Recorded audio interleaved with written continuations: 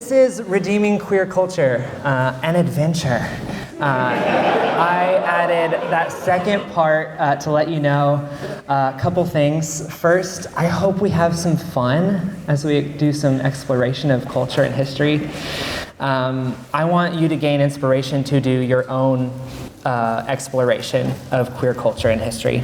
And second, I'm going to barely be able to scratch the surface of the topic in the hour or so I have to speak. And this is only one route that we could take among many.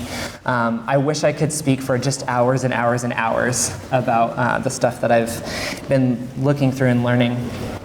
You probably heard, but as I was preparing for the seminar, before I had actually even written anything, there was a lot of critiques coming at me from various places, mostly about my language, my word choice. So before I start, you're probably tired of this already, but I just wanted to define terms for everybody, just so we're all on the same page. So you've probably heard the American Psychological Association definition for sexual orientation. This is what it is. First, it's an enduring pattern of emotional, romantic, and/or sexual attractions to men, women, or both sexes. And second, a person's sense of identity based on those attractions, related behaviors, and membership in a community of others who share those attractions. That's how I'm going to define all the words that I use. So the first phrase I use is sexual minority. So I mean anyone who experiences that enduring pattern of attractions, whether or not they choose to identify as gay, bisexual, lesbian, or LGBT. The word sexual minority does not necessarily mean that anyone is sinning sexually in any way. They could be, but that's not what the word means. That's not what we're talking about. So a synonym for sexual minority could be a person who experiences same-sex attraction. I know a lot of people are also uncomfortable with political connotations with the word sexual minority. For many reasons, I feel like some of those political connotations are really actually appropriate. And we'll get to talk about that a little bit as we go through history. But sexual minority doesn't mean that a person is politically active in any way. So, just to be clear. When I use words like gay, lesbian, or bisexual, or LGBT is the one I'll use probably most often, I mean sexual minorities who experience that enduring pattern of attractions and a sense of identity based on those attractions, related behaviors, and membership in a community of others. These words also don't mean that a person is sinning sexually, just to reiterate.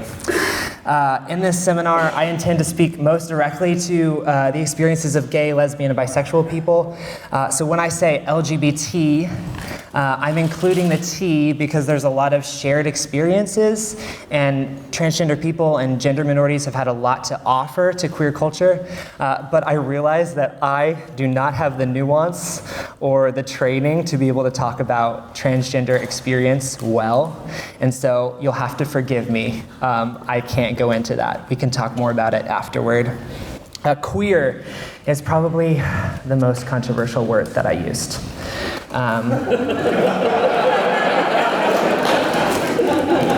In the title, no less. Yeah.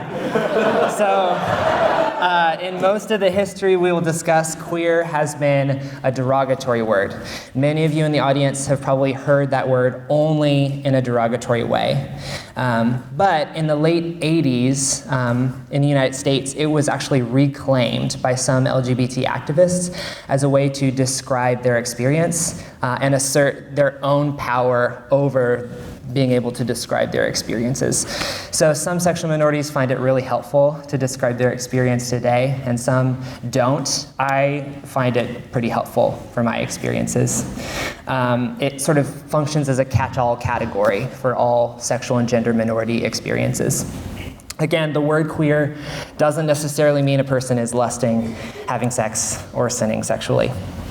So I hope that as I'm redefining terms, I think most of us are probably on board. Like, I assume, maybe not, I don't want to know. So just to make clear, I don't believe same-sex sexual desires are morally neutral. We could talk more about that. I could talk for I could do a seminar on that too. Same-sex sexual activity is anyway blessed by God. I don't believe that. Or that either one will be brought into the New Jerusalem. That's not what I'm saying with my seminar description. I do believe that LGBT experience is more than same-sex sexual desires, that queer culture, or the culture produced by LGBT people, is a complex mixture of good, bad, and redeemable aspects, and it should be treated that way, in a nuanced way. So Christians have long believed that human beings are made in God's image, and part of that divine image is our creativity. Christians have also believed that God bestows a certain amount of non-saving common grace upon all people, regardless of whether or not they have chosen to follow Christ. And this grace enables them to, among other things, create culture. So this is why Christians can respond to any human culture in a nuanced way. Majority American culture, for instance, is kind of a mixed bag. There's freedom, that's great. Equality, good values, depending on how you define them. We can affirm those in lots of ways, but the value we place on money, the long history of racism and white supremacy, those are things that we have to reject.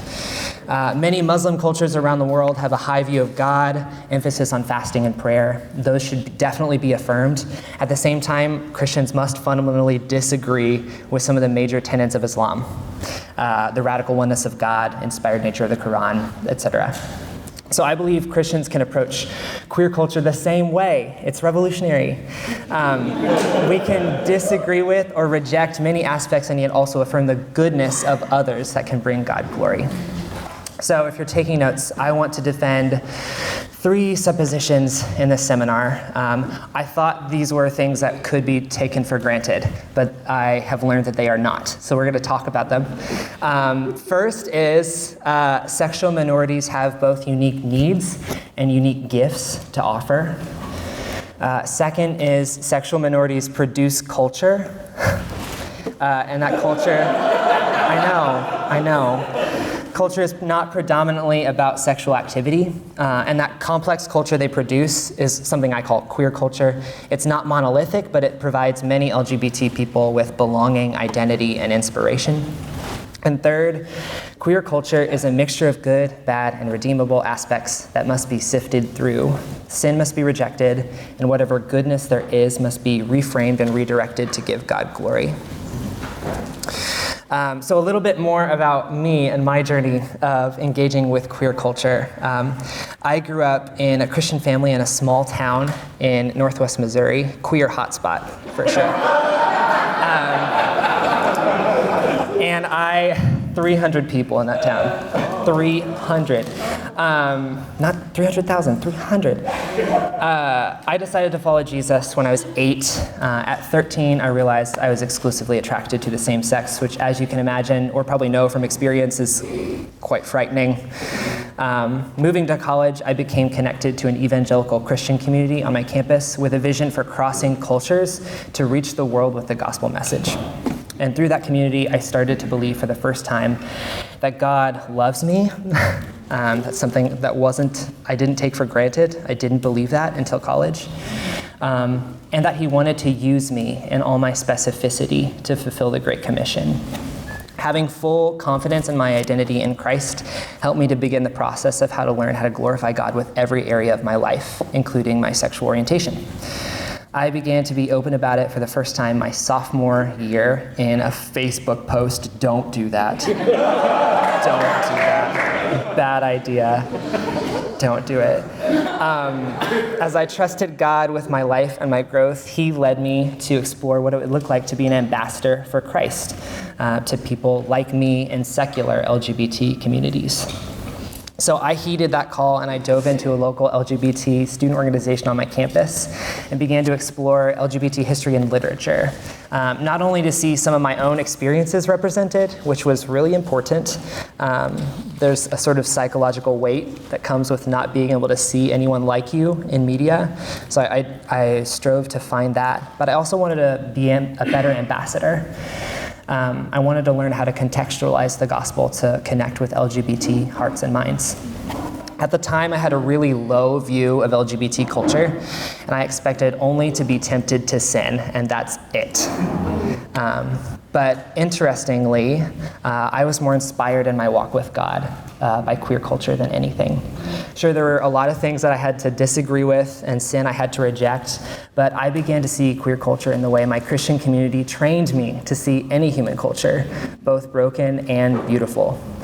Queer culture contains many gospel resonances, perspectives, and encouragements for my spiritual life. So in short, I learned that there is a such thing as queer treasure, honor, and glory, that infamous phrase that I used in my seminar description. I maybe would have rephrased that if I had known. I believe that, along with the treasure, honor, of glory of every other human culture on the earth, will be brought into the New Jerusalem at the end of time, following Revelation 21, 24 through 27. All the goodness that exists in queer culture, as well as the LGBT people who have trusted Christ, will be a real part of the city's beauty. And everything irredeemable about it and them will be washed entirely away. So those convictions are the basis for what I see as God's calling upon my life, to see the gospel impact LGBT people and other sexual minorities by being contextualized to connect with their hearts and minds. So Christians have often failed to view queer culture missiologically, or to think deeply and strategically about engaging with it. Because we fail to, among other things, enumerate the aspects that we can affirm, we have been unable to share the gospel in an effective way to LGBT people. LGBT people have also often been viewed by Christians as enemies in a culture war. As one of my pastors has said, you can't view someone as an enemy and long for their salvation. Or, to put it another way, Mama Tammy from season 2, episode 1 of Queer Eye on Netflix. Watch it. This is your homework. If you do nothing else, watch season 2, episode 1, Queer Eye. She said you can't antagonize and evangelize at the same time. So consequently, Christian engagement with queer culture and LGBT people has been harsh and ineffective. Tim Keller, in his book on doing gospel-centered ministry to the city called Center Church, talks at length about engaging with culture. He writes, God gives out good gifts of wisdom, talent, beauty, and skill completely without regard to merit. He casts them across culture like seed in order to enrich, brighten, and preserve the world. The doctrine of sin means that as believers, we are never as good as our right worldview should make us. At the same time, the doctrine of our creation in the image of God and an understanding of common grace reminds us that non-believers are never as flawed as their false worldview should make them. This suggests that our stance toward every human culture should be one of critical enjoyment and appropriate wariness. I think that's really wise. You can't disagree with Tim Keller. So I quoted him. So when the Apostle Paul in Acts 17 preaches to the Athenians at the Areopagus, he first points out an aspect of the culture that, because of the image of God in them and a common grace, is good and can be affirmed, their devotion. He says, Athenians, I see how extremely religious you are in every way. And then he builds his gospel presentation and even his teaching on idolatry on that affirmation. And he uses a few quotes from pagan poets to prove his points, both non-Christians, non-Jews. For in him we live and move and have our being, even as some of your own poets have said, we too are his offspring. It should be noted that to be able to do that, to quote those poets on the fly, Paul had to have read them and committed them to memory even. Spent a lot of time engaging with pagan culture. So in this seminar, I want to take us all on a journey to do sort of the same thing. I want to take the same approach that Paul took. I want to quote poets, and I want to affirm good aspects. So that's what I'm going to try and do. First, we're going to look at history. We're going to explore some of the most significant decades for LGBT people in the United States, the 50s, 60s, 70s, and 80s. There also just happen to be really fun decades in some ways for me to look at. These are the decades in which the LGBT community in the United States first emerged, insisted on dignity, demanded rights, overcame obstacles, and thought deeply and seriously about the meaning of love, life, and death. From there, I plan to return to those three suppositions at the beginning, and then I'll single out one theme that's especially prominent in queer culture that I see as a part of its treasure, honor, and glory, and that's the theme of chosen family. And we'll get to explore, y'all already know. I can just cut that part off. We will explore how it can be used to contextualize the gospel and give God glory. And afterward, hopefully, if I don't run over, I'm a gabber, we might have some time for questions. If not, just come get coffee with me. So before we dive in, I'd actually love to pray, because I'm kind of nervous. So pray with me. God, we thank you so much that you have given us this time and this conference as a gift. We are blown away by your goodness toward us. And we're thankful for all the stories that you have intertwined to bring us here. We ask that this time be a time where we can focus on you and on how we can reach and cherish people made in your image. I pray that if there's anything stupid that I say, my friends don't remember it. And if there's anything helpful, that my friends remember it. So pray all this in Jesus' name. Amen. Did I say forget it or remember it? Whoops. The thing with history is you got to start just wherever. It's continuous. You can't really pick a point. So I'm just going to dive into the 50s. The 50s, Alfred Kinsey's reports on male and female sexuality were published in 1948 and 1953. And they shocked readers by claiming that large numbers of American men and women were engaging in same-sex sexual behavior. Homosexuality and heterosexuality had appeared for the first time as categories in the late 19th century. Before that, those didn't exist. That's a really important thing to remember. But before the 50s, there was pretty much a pervasive silence on the topic. After Kinsey's reports, the word homosexual came to describe not a kind of behavior, but a kind of person. And it was a person that was often portrayed as sick and dangerous. So with this new information, the stage was sort of set for panic. If I could give a theme for the 50s, I think it'd be fear. So the 50s were the age of the McCarthy era, which is something you've probably heard of, age of both the Red Scare and the lesser-known Lavender Scare, actually, when communists and homosexuals were understood as security risks or enemies of the state. Those suspected of either were purged from the State Department. In the months following Senator Joseph McCarthy's famous speech in 1950, communism and homosexuality became really tightly linked in the public imagination. In December that year, the Senate Subcommittee on Government Employment of Homosexuals issued a recommendation they be barred from employment. One homosexual can pollute a government office, it read, and claimed homosexuals were high security risks, more susceptible to blackmail and espionage. It didn't occur to them that they could just stop blackmailing people. Or they could stop making it, anyway. Senator Kenneth Wary summed up the assumed connection like this. He says, "You can hardly separate homosexuals from subversives. People of a low morality are a menace in the government, whatever they are, and they're all tied up together." So starting in 1950, an average of 60 people a month were fired from civilian posts and 160 a month from the armed forces. Those firings were due to allegations of this category, homosexual tendencies, which could really mean anything. It didn't just include past sexual behavior, but it was also experiencing same-sex attraction or associating with people who did. Those accused were subject not only to public shame, but also unjust court proceedings, dishonorable discharges, and being stripped of benefits. The Lavender Scare went beyond government jobs too. It affected public universities, even after McCarthy was censored by the Senate in 1954. In 1955, the dean and assistant dean of students at UCLA, a state-sponsored university, in an article for School and Society suggested that sexually deviant students be kicked out of college if they were unwilling to pursue reorientation. Even organizations that today are most sympathetic refused to stand up for sexual minorities.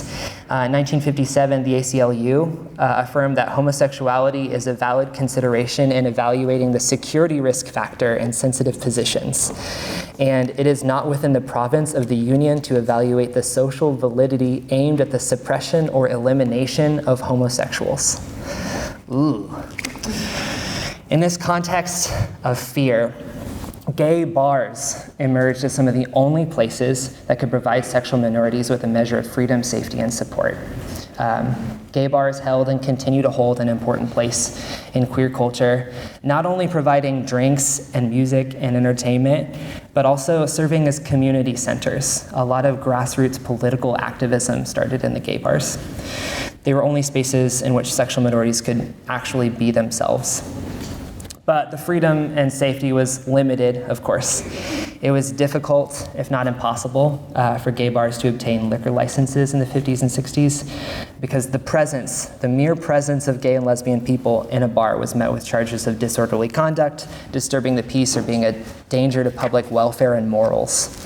So consequently, they were almost always operated underground and at the whim of local law enforcement, who would receive bribes from the owners to look the other way. Bribes were sometimes not enough. Police harassment and raids were common. Officers would even sometimes pose as patrons in order to arrest gay and lesbian people, a practice called police entrapment. That'll come into play later on. Those who were arrested ran the risk of jail time, fines, their reputations being ruined because their names would be printed in the public newspapers.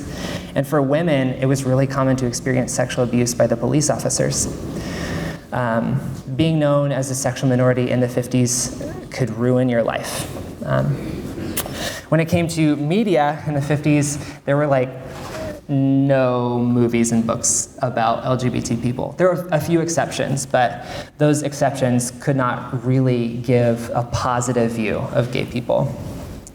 One of the few books with a sexual minority character written during this time was James Baldwin's Giovanni's Room, which I heartily recommend. It's wonderful.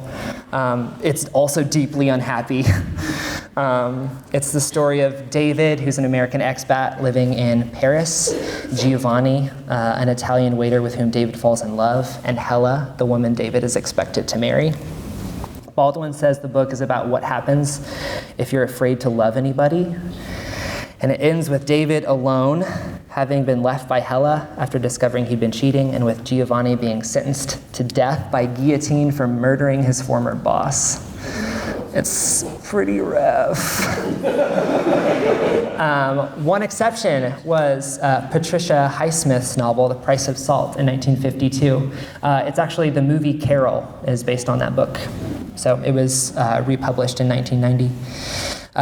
In an afterword for the book's republication in 1990, Highsmith wrote that prior to this book, homosexuals, male and female, in American novels had to pay for their deviation by cutting their wrists, drowning themselves in a swimming pool, or by switching to heterosexuality, so it was stated, or by collapsing, alone and miserable and shunned, into a depression equal to hell.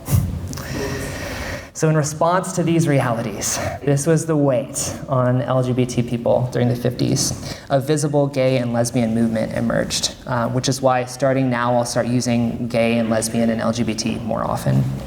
So one of the first gay rights organizations in the United States was the Mattachine Society. It was founded in 1950, and it wasn't only to provide community and support, but also to educate the public on issues of sexuality and to oppose police harassment, entrapment, and unjust firings. 5 years later, the Daughters of Bilitis was founded. It's a women's organization for the purpose of promoting the integration of the homosexual into society. It was founded first as an alternative to the bar scene, which is really interesting. This is a thread that'll pop up again and again throughout the history. Many of the major architects of queer culture were consistently critical of its over-sexualization. So both organizations soon had their hands full. Unjust firings, discrimination, police harassment, entrapment. A public opinion of men and women with homosexual tendencies is either sick or dangerous. Fear and persecution followed sexual minorities into the next decades, but the theme I'd give the 60s is mobilization. those organizations sort of started coming to the forefront. In 1963, the New York Times reported about the organized homophile movement. This is a word maybe you've heard reading some of the critics of this conference. I'm here to explain it for you. So, the homophile movement was named because the leaders of the movement didn't want sexual expression to be central to the movement. They didn't want it to be over-sexualized, so they thought homophile was a better word. I don't necessarily agree with that. I don't know if it's a better word, but I'm just throwing that out there. It was inspired by other political movements of the day, most notably feminism and the civil rights movement. And the influence worked both ways. All these movements were sort of working together. Lesbian thinkers were continually agitating for representation within the feminist movement, and they represented its most radical arm in a lot of ways. And one of the most trusted advisors for Martin Luther King Jr. Is a guy named Bayard Rustin. He was gay, and he was responsible for Martin Luther King Jr.'s pacifism and his nonviolent approach. He was also a Quaker, fun fact. It's kind of cool. So the vision was that sexual minorities, we want to be able to thrive and not just survive. Over the course of the 60s, the homophile movement became more militant in its demand for equal rights. Frank Kameny, the activist who coined the slogan, "Gay is good," was at the forefront of this new confrontational strategy. He was fired in 1957 from the U.S. Army Map Service when investigators discovered an old lewd conduct charge. After unsuccessfully appealing his dismissal, he established a Washington, D.C. chapter of the Mattachine Society in 1961 and began to host letter-writing campaigns, meet with government officials, and eventually organize public protests in front of the White House, Pentagon, and State Department, among others. The protests, actually all the protesters wore suits and dresses, like really dressed to the nines. It was cool to see those pictures. LGBT people in the 60s also began to understand themselves as having a shared culture and literary tradition, inspired by the founding of the first gay bookstore in the United States. It was the Oscar Wilde Memorial Bookshop in Greenwich Village. Y'all already know. In 1967, so Craig Rodwell founded the bookstore, and he took several revolutionary approaches. First, he organized all these books in his bookstore, like the writings of Oscar Wilde and Hart Crane, assorted periodicals and pamphlets about gay liberation, under the heading of gay culture for the first time. And second, he refused to stock pornography. He actually coined the term sexploitation because he was on guard against gay people being used in that way. And he wanted to give people positive images of themselves. The 1958 Supreme Court decision, One Incorporated versus Olison, overturned a previous ruling that any material depicting homosexuality or homosexuals in a positive light is by definition obscene. And so that opened the door for more media representation in the 60s. James Baldwin followed up his novel with Another Country in 1962, and this novel featured 3 bisexual men. The Group, a novel written by Mary McCarthy in 1963, addressed a kaleidoscope of women's issues by exploring post-graduation lives of 8 Vassar College-educated women, one of whom is lesbian. The Boys in the Band, which is also, there's yes, you got it. Watch that. It has Big Bang Theory in it. Right? Jim Parsons. Yeah, Jim Parsons. Love him. Play written by Mark Crowley. It appeared in 1967, and it had 9 gay characters, all of whom, to be fair, were pretty depressed, sort of unbalanced. But it did give a remarkably detailed look at gay male life. What seemed to be a really niche play written for a specific gay audience was wildly successful. It ran for 1,001 consecutive performances off Broadway. And it's back. Slowly, public image of LGBT people, as well as how they viewed themselves, began to change. But discrimination against sexual minorities in jobs continued, as well as police entrapment and harassment of gay bars, the latter of which was responsible for the most important event for the LGBT community in the decade, Stonewall Uprising, June 1967. So that night, police officers from the public morals section of the 1st Division of the New York Police Department arrived at the Stonewall Inn in Greenwich Village. Like a lot of bars, Stonewall Inn was run underground. It was owned by the mafia, had no liquor license. It was run as a bottle club. Police took weekly bribes, but this night, for some reason, the manager was served with a warrant for selling alcohol without a license. Patrons were ordered to leave, and those without ID, or who were wearing clothes of the opposite gender, which was illegal at the time, weird, were to be taken into police headquarters. Something about the arrests that evening, along with probably a long history of police harassment and entrapment in the area, provoked an explosive response. The crowd, which included 2 famous trans activists, I just want to mention by name, Marsha P. Johnson and Sylvia Rivera, they began to empty their pockets of loose change, symbolizing the bribes, to throw at the officers. And after the coins came beer bottles and then bricks. Police took refuge behind barricaded doors and called for backup, and the standoff lasted for most of the night, ending in 13 arrests. By the next day, the news of the uprising had spread, and there was already a sizable crowd when police showed up the next day, holding picket signs that say, like, support gay power, legalize gay bars. This sort of propelled LGBT movement into the spotlight anew. Craig Wadwell organized the first ever gay pride march the next year and proposed to hold it on the last Sunday in June to commemorate Stonewall. Pride celebrations, now celebrated in cities worldwide, are still traditionally held in June for that reason. LGBT culture is in many ways a Western export, an American export, and so this is a really interesting example of that. Another wave of organizations aligning themselves even more closely with liberation movements of the 60s and 70s appeared, devoted to political action based not on assimilation, but on difference. And in 1970, this is one of my favorite quotes, but Charles P. Thorpe, who's the head of a gay group at San Francisco State College, spoke about a new vision for gay life at the National Gay Liberation Front Student Conference. He emphasized that the vision was not primarily about sex, but about shared experiences, commitments, and culture. He said, "The word homosexual is a straight conception of us as sexual. Therefore, we are in a sexual category and become a sexual minority, rather than an ethnic group, a people. The word gay has come to mean a lifestyle in which we are not just sex machines. We are whole entities. It is how we live. It is our oppression. It is our Tiffany lamps and our guns. Gay is our history, and the history we are just beginning to become." Yeah, I just feel like I could end there. Just kidding. On that note, theme I would give the 70s is flourishing. So before diving into the 70s and 80s are kind of tricky to share to a Christian audience, so I just got to give some qualifications.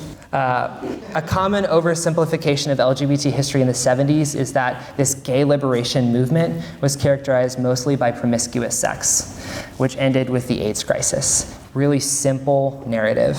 I want to suggest that narrative has been crafted more to explain the AIDS crisis than to describe what actually happened during the 70s. I know many of us, including myself, cringe at the phrase gay liberation, and understandably so. Many aspects of the movement, like the emphasis on sex, should be rejected by followers of Christ. But I must reiterate, LGBT thinkers had much more on their minds than the liberation of sexual desires. In fact, many openly worried about how the centrality of sex might poison their vision for a thriving gay community and culture. The gay historian Jim Downs, in his history of the gay liberation movement during the 70s, it's called Stand By Me, heartily recommend it, wonderful.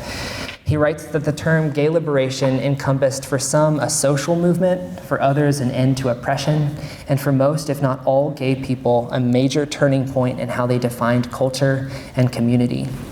and that during the 70s, gay people built churches, founded newspapers, established bookstores, and rethought the meaning of gay identity, not just had sex.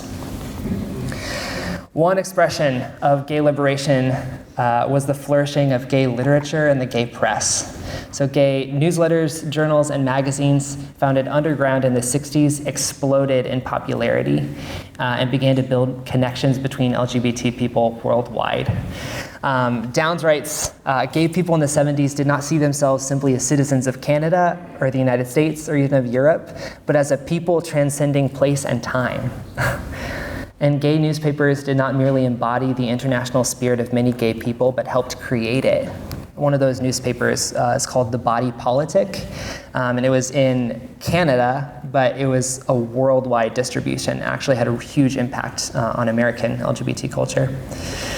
The Oscar Wilde Memorial Bookshop stocked such periodicals, and one young man who worked up the courage to enter the bookstore in the early 70s by the name of Jonathan Ned Katz was inspired by what he read inside to begin working on the first ever gay social history to be published in the United States. It's called Gay American History, published in 1976. Katz's father had been a labor activist during the McCarthy era, was marked by the FBI as a suspected communist and fired, and became influenced by some of the pioneers of African American social history. So consequently, the Katz household often discussed oppression and resistance of minority groups throughout history, especially that of African Americans during the Civil Rights Movement.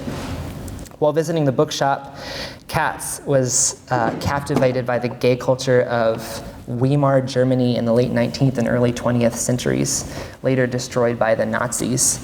He became convinced that compiling primary sources to assemble a history of gay people might be his only chance to pass the information on, lest it be similarly destroyed.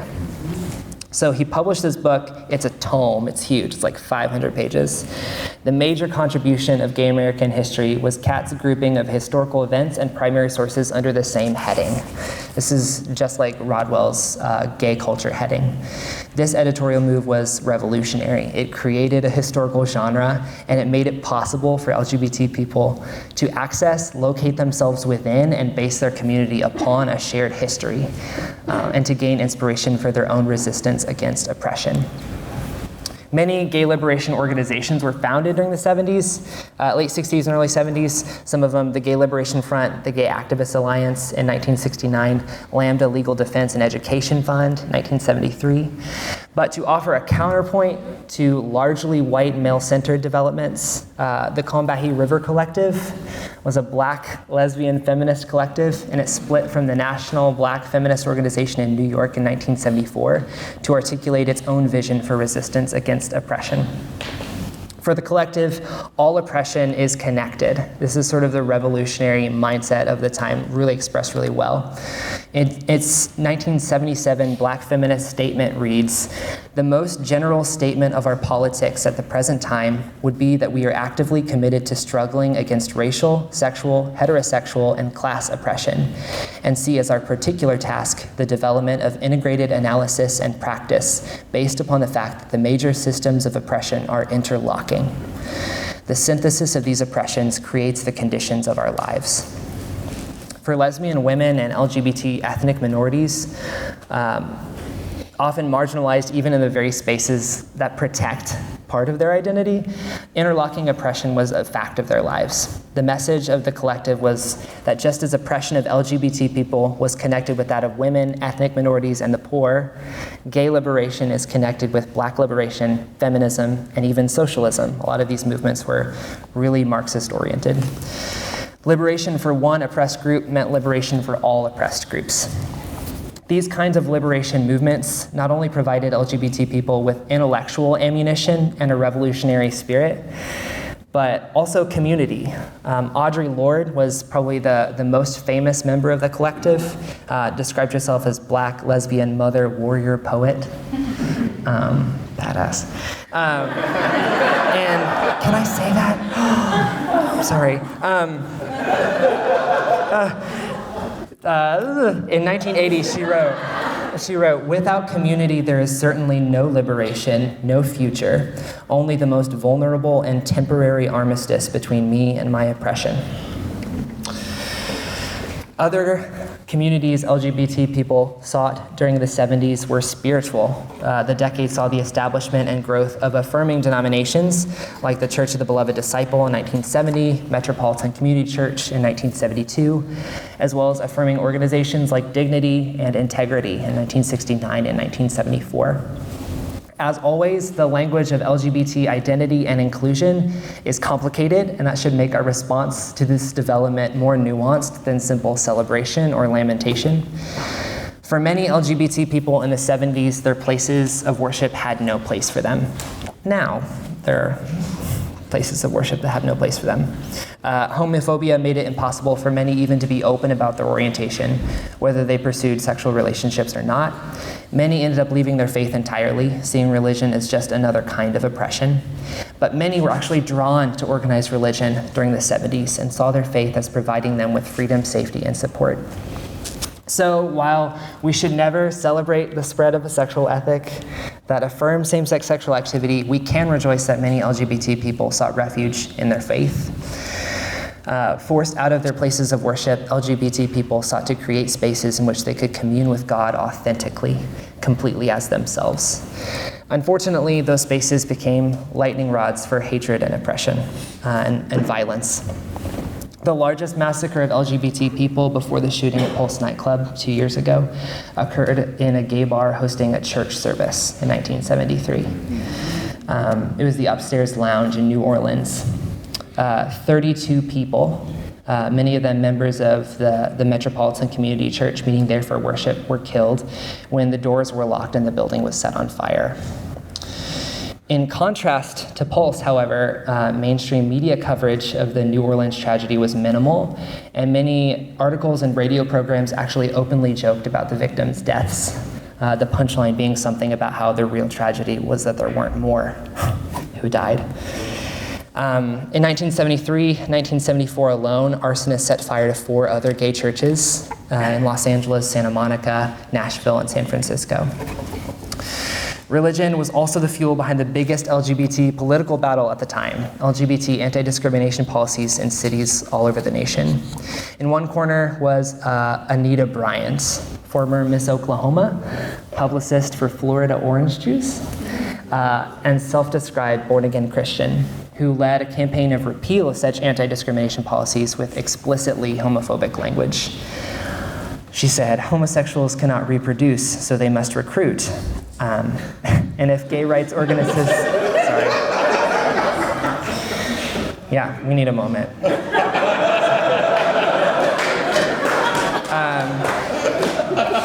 She said if gay rights ordinances remained on the books, militant homosexuals would influence our children to their abnormal way of life.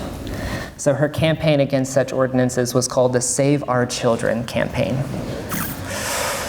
In the other corner was Harvey Milk. There's a biopic of him. It's really good. He was the first openly gay elected official in the state of California, a member of the San Francisco Board of Supervisors, known by many as the unofficial mayor of Castro Street. And he pushed hard for the advancement of such gay rights ordinances. All young people, regardless of sexual orientation and identity, he said, deserve a safe and supportive environment in which to achieve their full potential. So beginning with a policy put in place in Miami-Dade County, Florida, the battle for that city ended with the city's protection for LGBT people repealed in 1977, Harvey Milk assassinated in 1978, and this unfortunate false paradigm, LGBT people versus Christians, reified. So as similar battles continued nationwide in the years following, it became clear to many LGBT people that Christians were enemies, who not only viewed them with disdain, but sought to destroy their lives. In 1976, Armistead Maupin launched a serial story in the San Francisco Chronicle that followed the lives of residents of the fictional 28 Barbary Lane. The novels that resulted, Tales of the City, were not only popular, but also took a snapshot of LGBT life in San Francisco during the 70s and 80s. Maupin often used Tales of the City as social commentary. I'm actually on the 3rd novel right now. I'm working my way through them. In the 2nd novel, a man named Michael Tolliver comes out in a letter to his parents, who, it just so happened, Maupin had made Florida citrus growers. So he's like, oh, this is a perfect opportunity.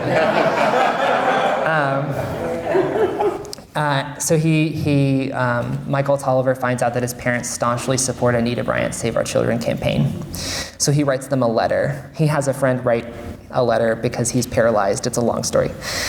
But he says, I wouldn't have written, I guess, if you hadn't told me about your involvement in the Save Our Children campaign.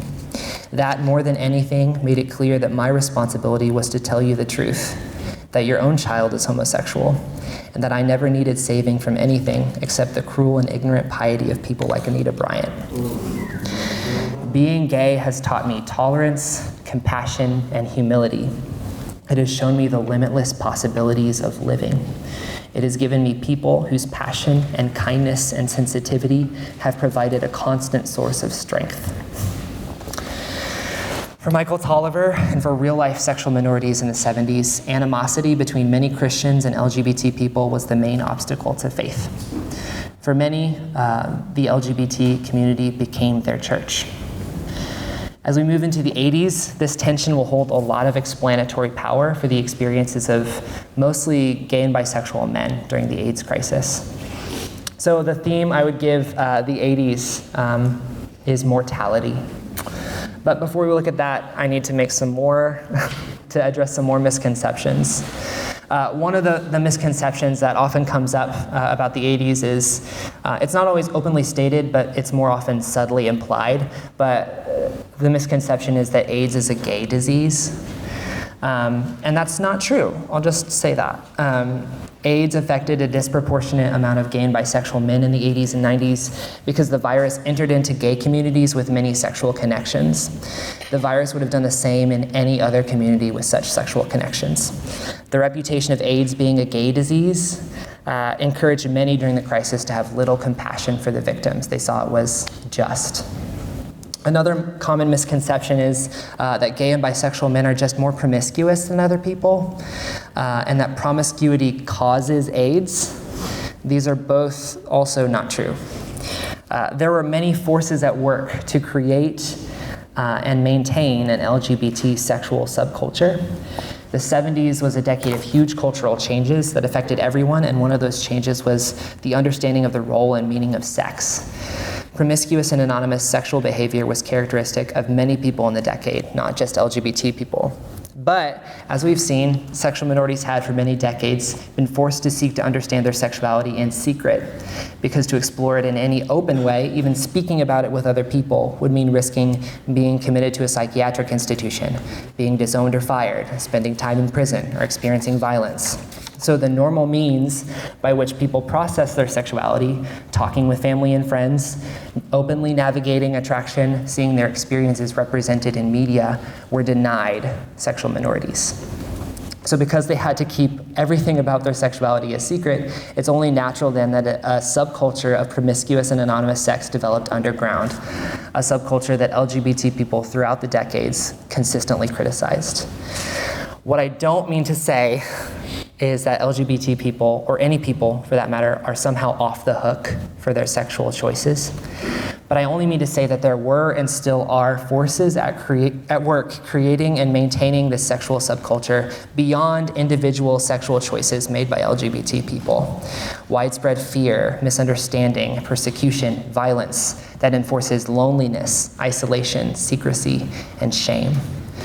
One of my friends recently just posted this on Facebook, actually. He said, it was really insightful. He said, the biggest occasion of sin for sexual minorities is loneliness, not community. And loneliness was enforced. So just now that we got that out of the way, let's turn to the AIDS crisis and the role it plays in queer culture.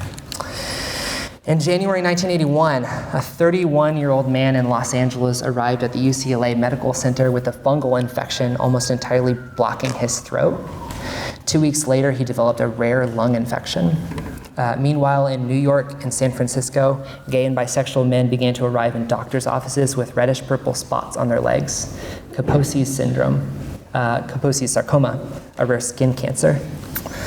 And as more patients appeared, mostly gay and bisexual men, but also hemophiliacs, Haitian immigrants, recipients of blood transfusions, intravenous drug users, and their sex partners and children, patterns began to emerge, and a virus was eventually discovered. Soon everyone knew two names: the virus, human immunodeficiency virus, HIV, and the disease, acquired immune deficiency syndrome, or AIDS. What started out as a couple hundred AIDS deaths per year in the beginning of the decade bloomed to tens of thousands in the mid-90s. There were 234 known AIDS deaths in the US in 1981. The next year, the number had more than tripled. In 1983, there were 2,304. In 1984, over 4,000. By the end of the 80s, over 14,000 patients were dying annually of AIDS. That number increased every year steadily until its peak in 1995, when almost 50,000 patients died. From the beginning of the epidemic, the Christian response ranged from apathy to fear and anger for two main reasons. First, the realities of HIV and AIDS seemed to be far removed from their own lives and experiences. LGBT people were those people, a them, not an us, unless they had a gay child. And second, many came to see the epidemic as God's punishment upon sexually immoral LGBT people, not a disease that affected people from different walks of life. The religious right was founded by Jerry Falwell Jr. in 1979 and became one of the most visible Christian organizations during the 80s due to its political involvement and connections and power. While a few denominations and religious movements advocated for caring for victims of AIDS, leaders of the religious right consistently connected AIDS with God's judgment and so had little compassion for LGBT suffering. Falwell himself, he was his alma mater is in my hometown, basically, so it's really interesting. Falwell declared on June 19th, 1983, that AIDS is not just God's punishment for homosexuals, it's God's punishment for the society that tolerates homosexuals. The next month, the cover of the Moral Majority Report featured an American family, a mother, father, and two kids, wearing surgical masks with the headline, "AIDS, Homosexual Diseases Threaten American Families." The assumption being that LGBT people were not a part of American families. Villainized by most Christians, LGBT people sought to meet their own needs for support, community, and medical care. The most pressing legal issue for LGBT people became the fight for legally recognized relationships, domestic partnerships, and adoptions. Sometimes those things were sort of one and the same. Partners, one would adopt another just to have that legal connection that would end up making it possible for them to visit them on their deathbed, etc. So also, many lesbian women began to adopt during this time as the lesbian baby boom. And as it's real, that's a real thing, I promise. As gay men became sick, it became vital to make sure their assets upon death would be transferred to their partners or chosen family rather than their biological family or their family of origin, who'd often disowned them. Having legal relationships legally recognized also made it possible to visit loved ones in the hospital. One of the most prominent political organizations during the 80s was the Gay Men's Health Crisis, or GMHC, founded by Larry Kramer in 1982. I'm going to spend a lot of time talking about Larry Kramer. Kramer launched the organization to educate gay men about the spread of the disease. The gay historian Neil Miller writes that the organization gave out some 300,000 health recommendation brochures and set up an AIDS hotline. Its programs offered legal and financial assistance, crisis intervention counselors, individual group therapy. It also set up a program of volunteer buddies to visit, do chores for, and provide emotional support for those who were sick. It was a church. That's what it was. Kramer was controversial. He had long garnered criticism from the LGBT community for his critiques of that LGBT sexual subculture discussed earlier. As he sounded off about AIDS, he was often dismissed as fanatical. In Kramer's estimation, GMHC did not go far enough in its education of gay and bisexual men because it did not give the recommendation that they stop having sex.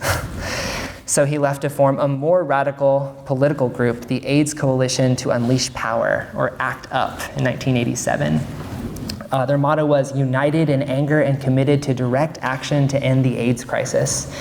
Their focus was the release of experimental drugs to treat AIDS, and their approach included public protests and zaps, or demonstrations designed to embarrass public figures and bring bring attention to AIDS.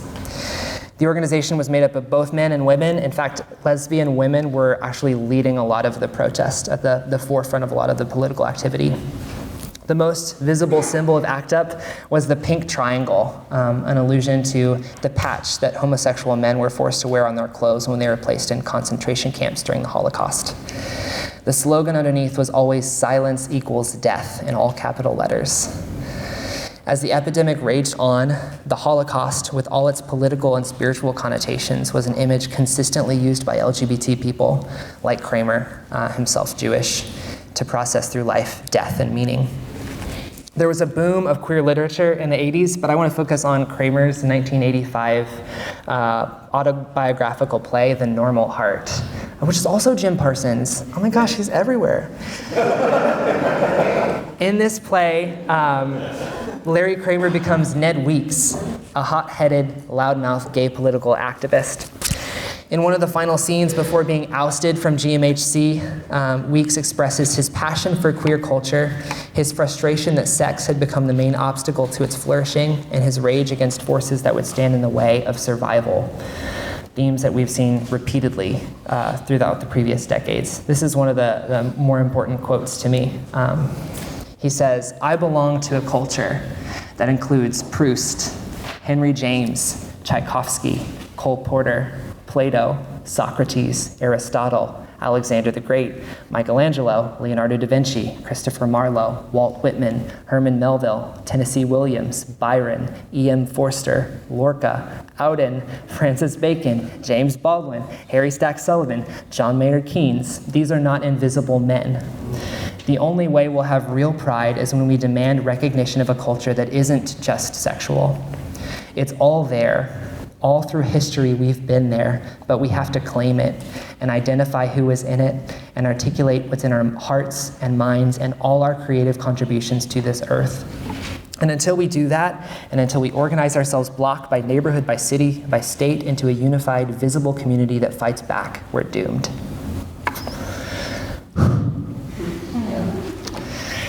So it was during the 80s when many LGBT people were confronted with mortality and honestly believed that they were facing extinction, that communal identity really crystallized.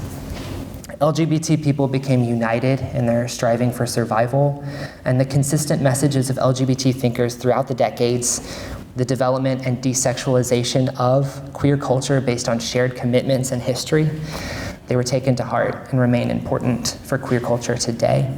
But the epidemic took a huge toll, not only physically, but also spiritually. An entire generation of gay and bisexual men was nearly wiped out. Christianity for many LGBT people became synonymous with hatred and oppression. This impact is also felt today. The AIDS crisis has left an indelible mark, and it's still an obstacle in Christian engagement with LGBT people. There's no good way to end that. History continued because we're here. But I'm gonna transition now, like looking through those 4 decades, the 50s, 60s, 70s, and 80s, into application. So what can we take away from this brief overview of history? Let me make a few suggestions by returning to those 3 suppositions I proposed at the beginning. Sexual minorities have unique needs and unique gifts. Sexual minorities produce culture, and the culture they produce is complex. Sexual minorities share with all other people the basic human needs for love and community. But as we have seen, many forces have been at work to deprive us of those needs, to keep us isolated and lonely. Fear, misunderstanding, persecution, and violence.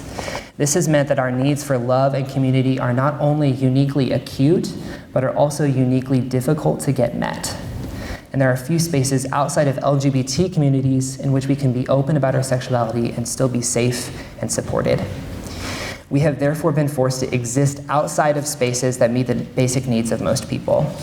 And as a result, we have developed an outsider perspective that can turn out to be a strength, a positive thing we have to offer.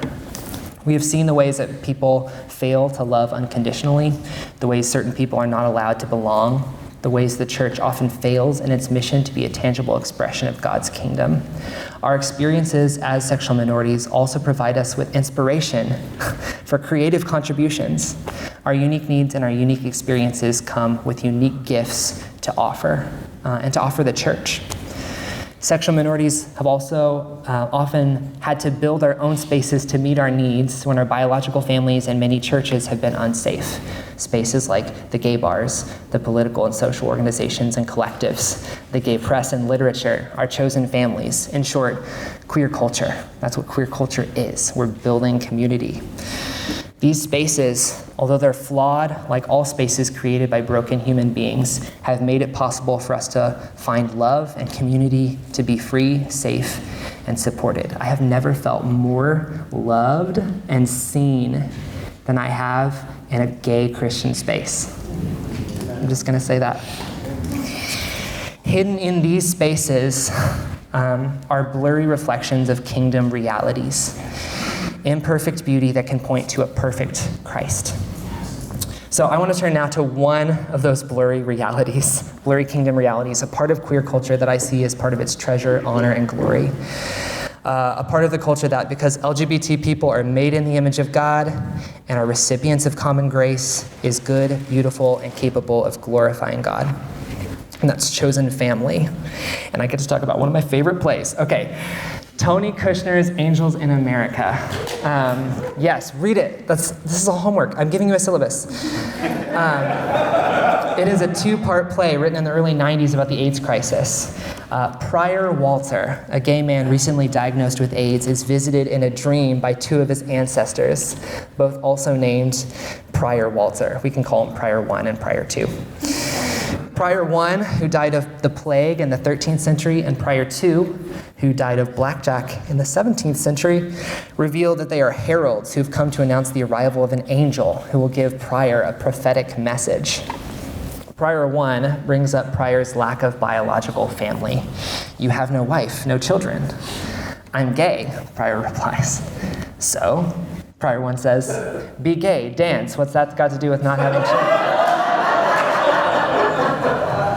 History joke. Prior 1 and Prior 2, who died of plagues in their own time, not unlike the AIDS crisis, lived on in a sense through their ancestors. But in this scene, the audience becomes aware that this unbroken line of Prior Walters, which has lasted for 32 or 34 generations, depending on who you ask, will now end. Prior will have no biological children. He'll be the last Prior Walter. For myself, coming out to my parents was emotional, not for me, but for them. Like most sexual minorities, I'd already figured out a lot before I went to my parents. But what I learned later is that many of those intense emotions that they experienced had their root in the realization that they would have no biological grandchildren from me. Especially for my father, who adopted my half-sisters from my mother's previous marriage and then had 2 sons, both of whom turned out to be gay. He got really lucky. The pain, this is a serious moment, guys. The pain of knowing that there would be no biological grandchildren was almost overwhelming. He was watching an episode of Queer Eye with me a couple weeks ago, and that was something that came up. In the few decades of history we've surveyed, as well as now, LGBT people have been forced to confront this experience of being unable to continue a lineage. Additionally, many of them have been distanced from their biological family by coming out or having to live a double life. I was extremely fortunate in that my coming out to my parents did not end my relationship with them or strain it. My parents have been wonderful, but this is not normal. Most LGBT people have experienced some kind of relational distance from their families upon coming out. Today, 10 to 25-year-old LGBT people make up 5 to 7% of their age group, but account for 20 to 40% of the population of homeless youth in the United States. This means that LGBT youth are 4 to 8 times more likely than their straight counterparts to experience homelessness. And unfortunately, family rejection is the biggest reason. In Springfield, Missouri, where I went to college, that statistic holds true. And most people identify as Christian in Springfield, the vast majority. It's really disheartening. These experiences have served to de-emphasize the biological family in queer culture and emphasize in its place chosen family, or family that is forged through shared commitments and is found along the way. Building a chosen family means building connections with people who are unrelated to you biologically and putting in work so that they last a lifetime. Chosen family cannot always rely on legal connection. In fact, as we've seen, LGBT people have often had to fight for their relationships to be legally recognized. But the weight of connection rests almost entirely on shared commitment. And this is a theme that Jesus emphasized in his earthly ministry. When his family sent for him as he was speaking to the crowds, Jesus took the opportunity to teach about true family. Whoever does the will of God is my brother and sister and mother. When he was rejected as a prophet in his hometown of Nazareth, he told his disciples that prophets are not without honor except in their hometown and among their own kin and in their own house. Biological connection means very little on its own. When the disciples complained to Jesus, they have given up everything to follow him, even leaving their biological families. He encourages them that their true family can be found in his followers, the church. Truly, I tell you, there is no one who has left houses or brothers or sisters or mother or father or children or fields for my sake and for the sake of the good news who will not receive 100-fold now in this age houses, brothers and sisters, mothers and children, and fields with persecutions, and in the age to come, eternal life. The comfort I have in facing the end of my biological line or in facing estrangement from my biological family is not in finding a husband or a wife, but in being adopted into the family of God and seeing others adopted into that family through shared commitment to a risen Savior. Not biological kinship, but spiritual kinship. Spiritual friendship, maybe. The solution to my loneliness is the whole of God's family, houses, brothers and sisters, mothers and children. LGBT people understand, in some sense, what this kind of family is like. Strong relationships with biological families have not been a given for us and have often been strained or broken by either the disclosure or non-disclosure of our sexual orientation. We've had to build communities based on shared commitments that provide us with freedom, safety, and support. Chosen family in queer culture is a blurry image of the kingdom reality of the church, a blurry image that we as Christians can use to contextualize the gospel message to connect with LGBT hearts and minds. In the last scene, the second part of Angels in America, Pryor is surviving AIDS and is surrounded by his chosen family, sitting at the rim of Bethesda Fountain in Central Park, bickering about politics and religion. Belize, a drag queen and old friend, Lewis, his Jewish ex-boyfriend who left him after his diagnosis, and Hannah, the Mormon mother of Lewis's rebound, who has moved from Salt Lake City to become a second mother to Pryor. It's complicated. They're all sitting together. Despite all their differences, this group has become Pryor's family through their shared commitment to one another. In this, we can see the echo of a kind of community the church is intended to be, a diverse group of people who share a commitment to Christ and to one another. Amen. Some of the last words that Pryor speaks are a blessing for the audience. It's actually one of my tattoos. I just got it. He says, "You are fabulous creatures, each and every one, and I bless you. More life." When I read those words, words I have tattooed on my skin, I can't help but think that they're speaking to more than just a desire to survive AIDS or to live a long and healthy life, but also to what eternal and abundant life is, being a part of a community and experiencing unconditional love. So what could happen if we as followers of Christ affirm the goodness of chosen family in queer culture and took the time to quote the many LGBT poets who have explored it?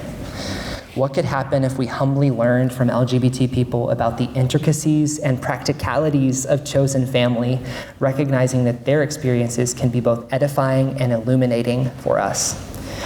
And what could happen if we used what we learned to shape how we present the gospel message to them in both words and deeds, and to ourselves in both words and deeds?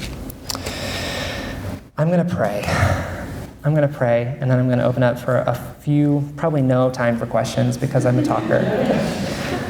I really I really believe in this vision. I really believe that queer culture offers that to us, and we can benefit from it. So let me pray. God, thank you so much for creating beautiful people who create beautiful cultures with beautiful perspectives that can be illuminating for us. We thank you that you have been so good to all people, but especially your family. We ask that you use what we have discussed and learned and sifted through to be able to shape how we view the gospel, how we view how it applies to our lives, and how it can affect how we share it with others. We pray all this in Jesus' name. Amen. Thanks for coming. I don't know how questions are gonna...